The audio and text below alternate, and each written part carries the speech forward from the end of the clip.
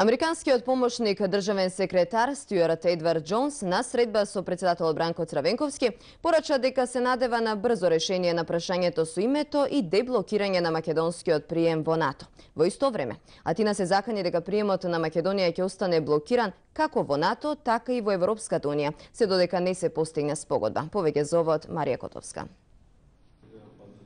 Се надевам дека наскоро ќе дојде до посакуваното решение за името, со што ќе се деблокира македонскиот прием во НАТО алијансата, истакнал американскиот помошник државен секретар Стюарт Едвард Джонс на средбата со председателот на Република Македонија Бранко Црвенковски. Тоа ќе придонесе за натамошна стабилност и просперитет на регионот, на што САД се посветени, рекол Джонс. Република Македонија останува посветена на тоа проблемот да биде надминат, што е единствен услов за реализирање на поканата за членство во НАТО, истакнал председателот Црвенковски. Двајцата соговорници оцениле дека актуелните состојби во регионот се движат во добра насока, како и тоа дека евроатлантските афинитети на земјите од Западен Балкан се услов за економски просперитет.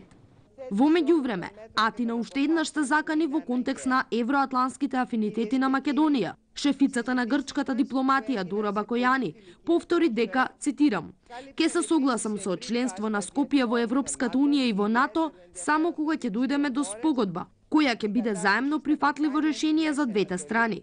Ваквата изјава на Бакојани во голема мера е контрадикторна со изјавата на еврокомесарот за проширување Оли Рен, кој набројувајќи ги забелешките на Европската унија поради кој Македонија наводно не била подготвена за добивање датум за преговори, во ниту еден момент не го спомна спорот што го има Атина со нашето уставно име.